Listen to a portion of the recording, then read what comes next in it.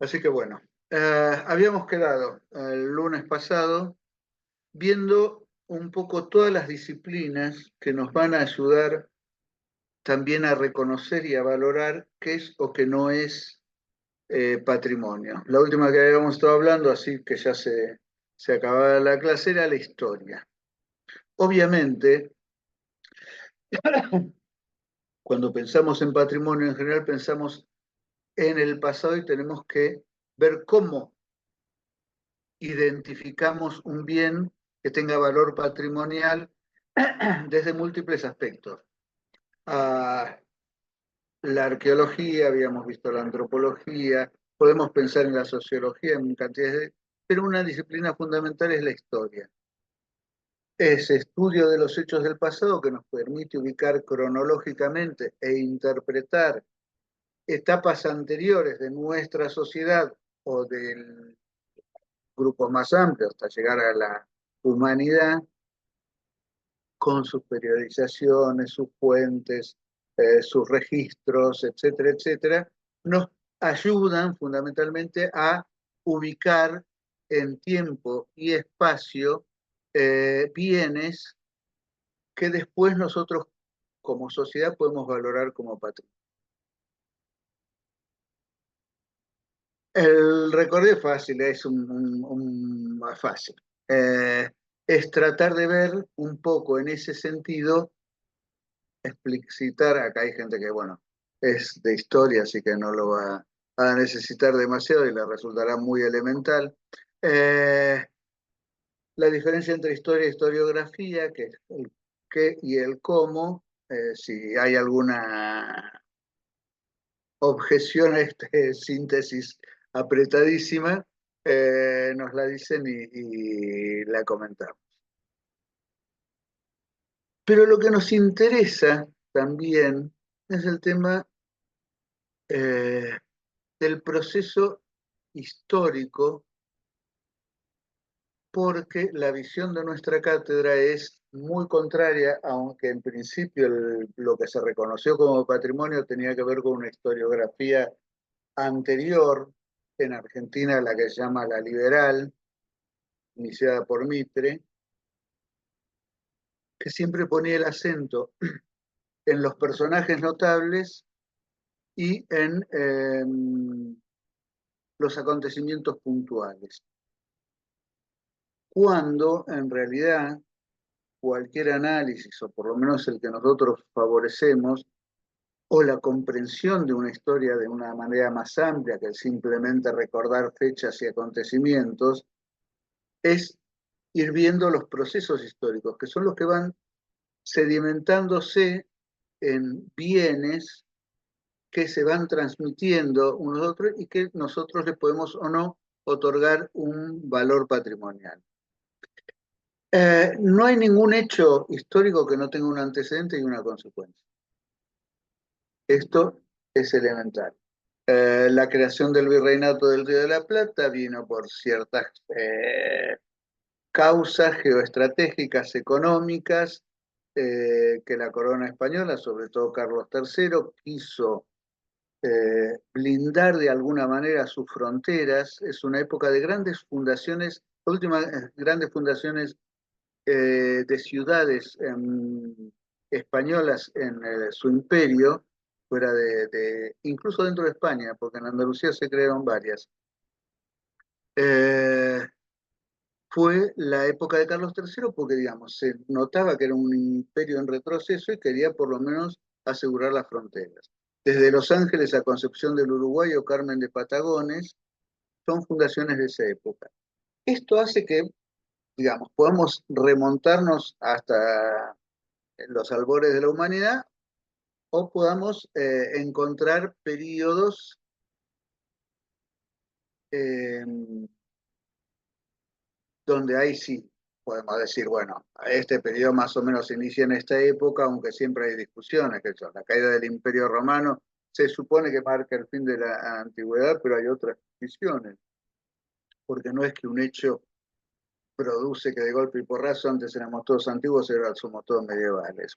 Y esto solo en Europa, digamos, ¿no? Porque los procesos de otras culturas y civilizaciones son distintos y las periodizaciones son propias. En cada cultura, sobre todo cuando no estaban ensambladas o los contactos eran muy esporádicos o casuales, que ha sucedido. Bueno, y después lo que tenemos que pensar también es en quién es el sujeto de la historia. Por supuesto, cada visión ideológica va a encontrar o va a poner el acento en un grupo determinado, que es un recorte de una determinada sociedad. O las élites y los personajes más singulares, reyes, presidentes, guerreros, ilustres y qué sé yo, o, o un conjunto social que va marcando un devenir, que va generando una serie de hechos, a veces conectados y otras veces no, que van desembocando en otros. Para los estudios culturales y para la visión del patrimonio siempre es mejor pensar en un sujeto histórico, un sujeto social amplio, porque va modificándose con el tiempo, van generándose elementos varios y va a haber también varias lecturas sobre cada uno de estos temas. Y ahora vamos con quizá lo que me interesa para cerrar esta primera etapa, este primer repaso de los conceptos generales. No sé si los vi. No, creo que no lo subió Paula. Ah, perdón, hago un paréntesis. Marcela, vos me decías que no podías ver la Patrimonio Cultural en Latinoamérica 2026. Perdonen, ¿eh? No, no se te escucha.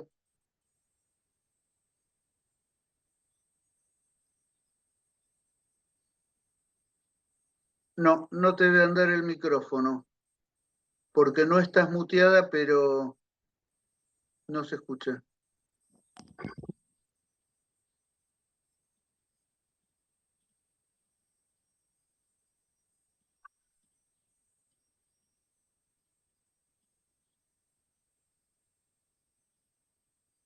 Bueno, cualquier cosa escribí, después nos quedamos unos minutos para ver qué ha sucedido, ¿sí?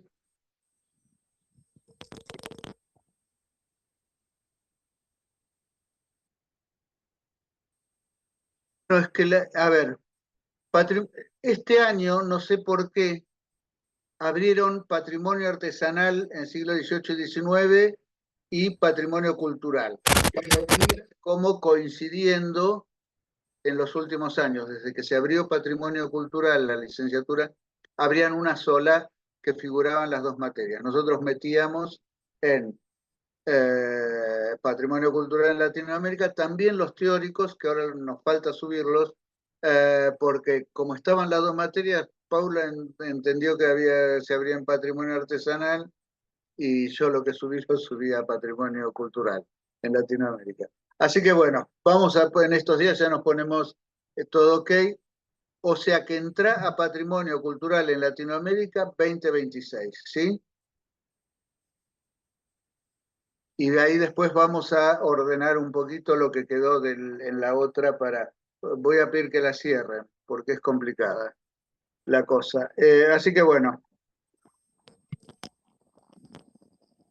volvamos, aunque va a quedar grabado, pero bueno.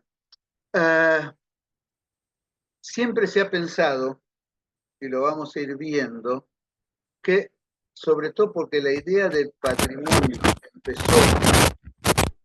Ahí está viendo sonido de tu máquina, Marcela. Ahora no. Era como es como un chisporroteo, como el ruido de huevo frito cuando está mal la conexión. A mí me pasa con el micrófono de... Buah, silenciate y listo. Después, bueno, cualquier cosa nos manejamos por el chat. Buah. Eh, la historia del patrimonio como tal siempre existió. O sea, siempre hubo objetos o discursos o canciones o cosas que se fueron transmitiendo y que determinadas sociedades, individuos o grupos valoraban por encima de otras cosas. O porque tenían un poder mágico, o porque tenían un poder evocador, o porque... Ahí está. Bueno,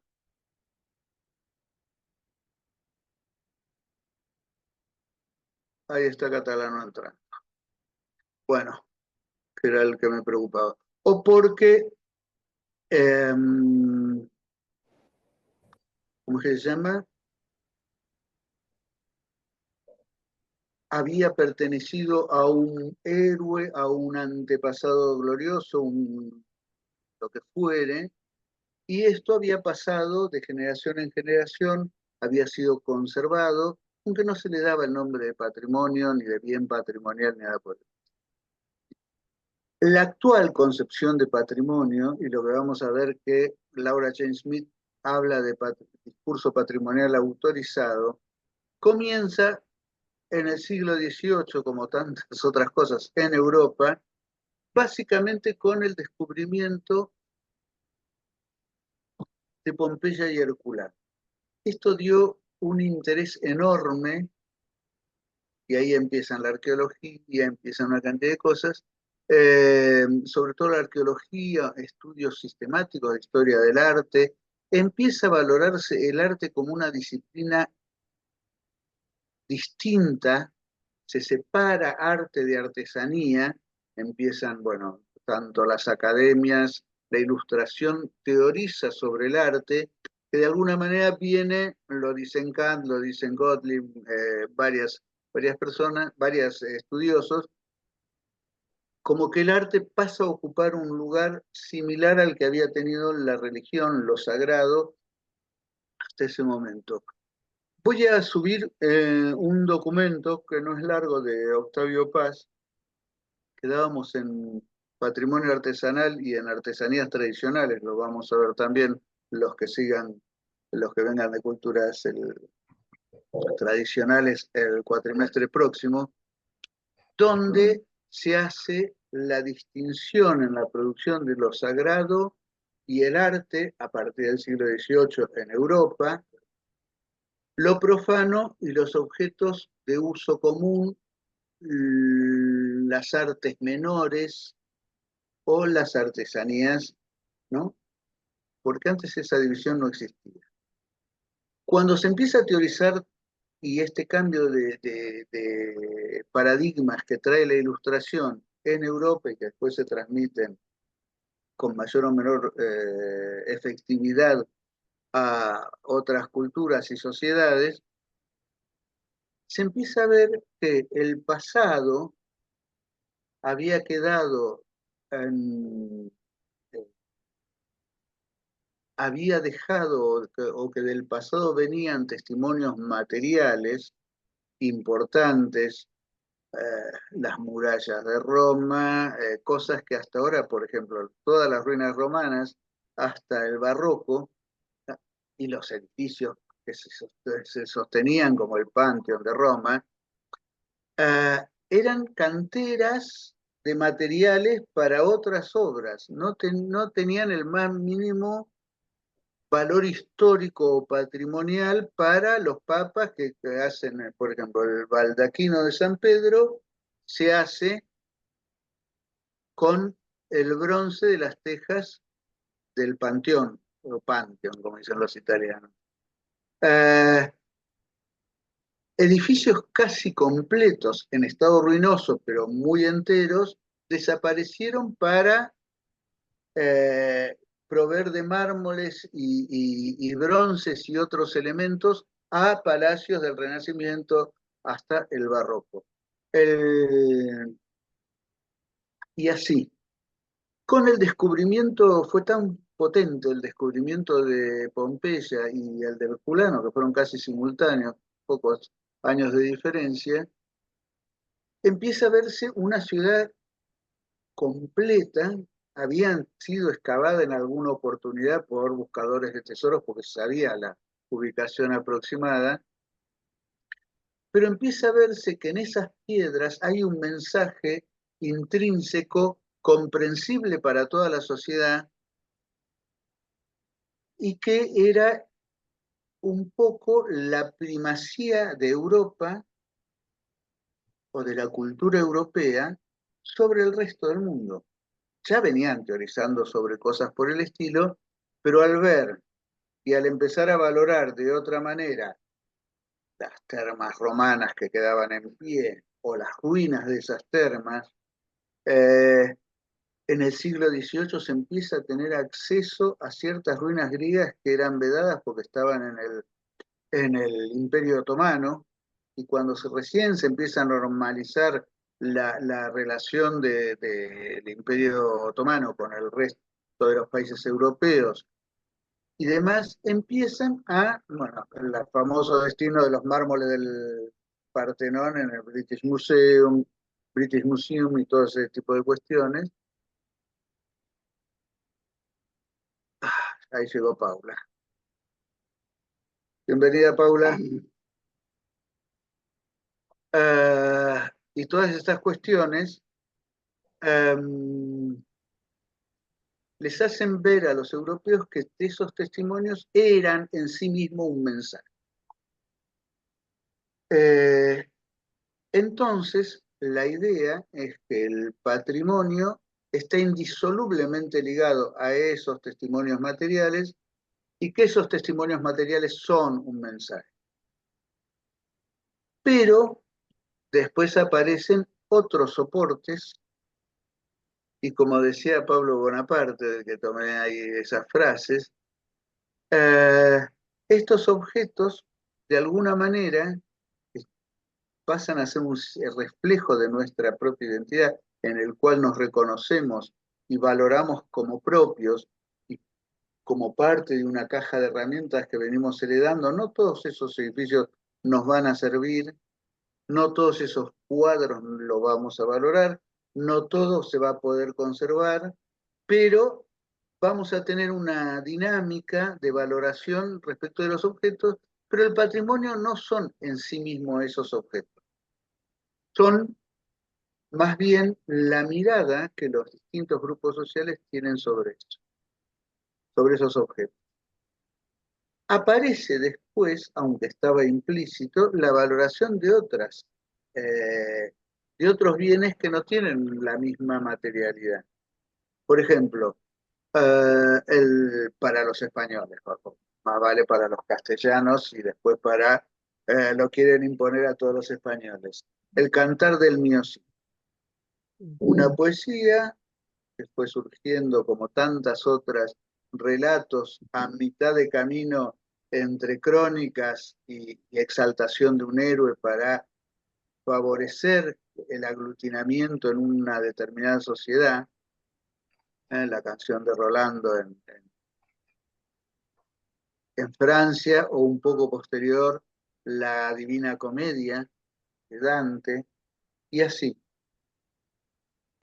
¿Qué pasa con esos bienes que se transmiten hablados, que están impresos o manuscritos en un pergamino, eh, que se vuelven a imprimir o o se transcriben con los copistas de los monasterios medievales o poco más acá en el tiempo de los príncipes del Renacimiento, empiezan a copiar, se copian, se copian, se copian. Bueno, ¿cuál es la Divina Comedia que vale? La primera edición, las palabras concatenadas, la historia, ¿cuál es el soporte de ese bien patrimonial? Ahí empezamos a hablar de bienes intangibles. Por una cuestión de esta primacía y preeminencia de los bienes materiales, cuando la UNESCO empieza a pensar en esos, que ya vamos a ver bien por qué, empieza a aparecer la idea de un patrimonio mundial y patrimonios de la humanidad. Son más o menos lo mismo, pero en general patrimonio mundial se dice a los bienes materiales y patrimonio de la humanidad a los intangibles. Eh, lo importante para autores como Laura Jane Smith, sobre todo en el espejo patrimonial, que creo que ya se lo subimos. Eso me Sí, lo puede decir Paula. sí, sí, ya lo subimos. Ah, perfecto. Eh, bueno, estaba viendo un poquito los... Ya me están apurando. ¿Cuánto tiempo llevamos? Ah, faltan 10 minutos casi. Una cosa, cuando se termine, dejamos 10 minutos y tratamos de conectarnos por el otro, pero esperen un poco, no se adelanten, no sean ansiosas y ansiosos porque hoy fue espantoso. Por el de la materia, decís Sí, vos. sí, sí, sí, sí. Bueno, Quedó una estudiante colgada, le pedía por sí, favor. sí, lo leí, yo también lo leí, lo leí ahora cuando llegué. Bueno, eso nos vamos a ir fijando, Bueno, pero pero sí, bueno, una cosa, seguimos. Eh, ay, me adelanté un poquito. Eh, el título es interesante, pues el espejo patrimonial, ilusión narcisista o reflejos. Aunque a mí me gusta poner reflexiones también, porque en inglés es la misma palabra, multiple reflections, eh, porque hay algo de esto que nos dice, el patrimonio es lo que nosotros vemos en los objetos a los que les asignamos un valor patrimonial. Sean estos una pieza de museo, un la custodia del Santísimo Sacramento de la Catedral de Buenos Aires, para decir algo que no está dentro del patrimonio argentino, pero que todos los presentes y los que valoran cierto trabajo artesanal y demás, le damos distinto valor, eh, o que es la Catedral misma de Buenos Aires como edificio, el Cabildo, la Casa de la Independencia, etcétera, etcétera. Entonces, si leen el artículo van a ver esto. Ella empieza a hablar de esto, el discurso patrimonial autorizado que se basa en aquella tradición europea. Eh, Ochi Curiel hace un cuestionamiento muy interesante también. No vi el video, el Paula, video lo puse, sí. en patrimonio artesanal porque estamos con problemas. Me parece No, que no, yo subí todo en pat- patrimonio cultural en Latinoamérica. En patrimonio 2026. artesanal, claro, les puse un Ah, cartel que vayan a ver todo ahí, porque si no hay que estar cargando las dos cosas.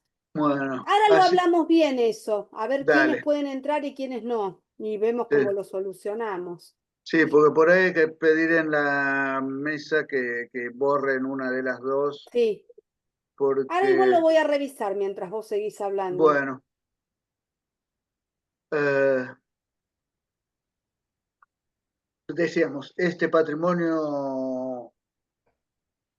discurso patrimonial autorizado, que nosotros llamamos hegemónico, porque es el que se impone porque hay un aparato de poder superestructural que un poco lo impone. Digamos, aunque esté muy cuestionada la UNESCO en muchos aspectos, de alguna manera es el ente rector a nivel internacional sobre estos temas.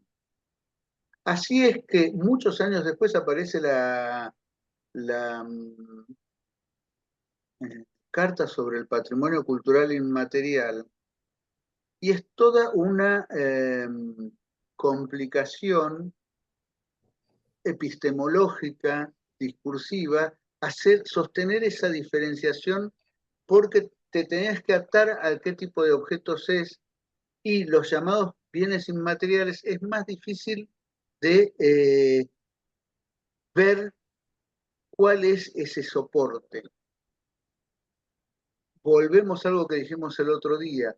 Eh, Cada vez que se canta el himno nacional, se actualiza o es la partitura de Blas Parera con y el clavecín en el que tocaba Blas Parera cuando lo canta Mariquita Sánchez de Thompson en esa famosa velada a la marcha patriótica de 1811. Bueno, nada, es una discusión eterna. Por eso me parece que es mucho más operativo centrarnos en la mirada, ¿no?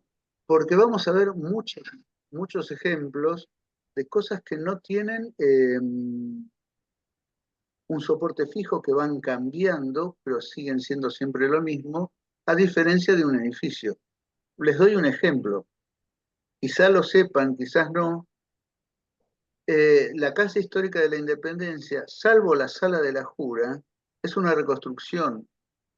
Y una reconstrucción hecha con métodos de 1940 y poco, que se supone que es la introducción de la restauración científica en bienes del patrimonio cultural, pero los elementos con los que se reconstruyó el resto de la casa, no la Sala de la Jura, son la fotografía de Paganelli y supuestamente los cimientos que el arquitecto Busqueazo encontró cuando empezó las excavaciones. Había desaparecido por completo la casa. Hay algunas dudas si a los cimientos fueron del edificio que le continuó, que fue cuando lo compra el Estado Nacional en 1870. Como estaba en estado ruinoso, lo demolemos y hacemos otra cosa. Pero tenía la entrada en el mismo lugar, tenía, aunque los ladrillos van cambiando de tamaño, eh, es interesante ver si Busquiazo se confundió, si hizo alguna trampita, pero sin dudar, es también en la reconstrucción del Cabildo de Buenos Aires, tiene mucho de hipotética, cosa que después no se recomienda. Aunque, fíjense también que después de la Segunda Guerra Mundial, Europa arrasada, se reconstruye íntegro el centro histórico de Varsovia, y todavía hoy se están reconstruyendo ciudades como Dresden en el este de Alemania, que habían quedado destruidas por la guerra y que la RDA no consideró pertinente reconstruir, porque había iglesias, había palacios, había cosas. En Berlín Oriental estaba donde había estado el palacio de los primero de los reyes de Prusia y después de los emperadores alemanes. Dos emperadores tuvieron, bueno. El segundo Reich duró poquito. El palacio de los Hohenzollern, que, que era la familia reinante, fue destruido. La RDA hace un palacio del pueblo moderno. Enseguida, después de la caída del muro, se lo demuele porque tenía problemas, porque tenía resto, o porque era símbolo de la RDA. Y rápidamente quieren reconstruirlo, y hay toda una polémica, y se termina reconstruyendo en 3 de los 4 lados. Uno de ellos queda moderno, pero la presencia urbana es la que tenía en la principal avenida de Berlín, Unter den Linden, bajo los tilos se llama, donde están las islas de los museos, bueno, una serie de edificios paradigmáticos de Berlín. Algunos se conservaron, otros se construyeron, pero fíjense que la materialidad no es lo más importante, sino estar ahí, que las futuras generaciones lo sigan viendo, que se identifican con ese objeto, aunque no sea auténtico, que para los arquitectos conservacionistas, para los restauradores en general, es mala palabra decir que se puede hacer una restitución, por muy documentada que esté. Y sigue siendo una polémica. El soporte en los bienes inmateriales o intangibles o lábiles, por decirlo de alguna manera, es un poco menos conflictivo. Dormaels, a ver si lo puedo achicar un poquito porque no lo estoy pudiendo leer. Eh, dice, el patrimonio no es el objeto, el artefacto, sino la significación simbólica que le da un grupo social. En este sentido, es pertinente considerar al patrimonio como un fenómeno. Fíjense hasta qué punto parte de esa, con Pablo Bonaparte, que era mi anterior adjunto, y que yo fui adjunto de él en artesanías tradicionales, siempre decíamos, el patrimonio es siempre inmaterial, porque es valoración. Así que bueno, pese a nuestro pasado arquitectónico, ya que yo por lo menos trabajo en la Comisión Nacional de Monumentos trabajó hasta ahora porque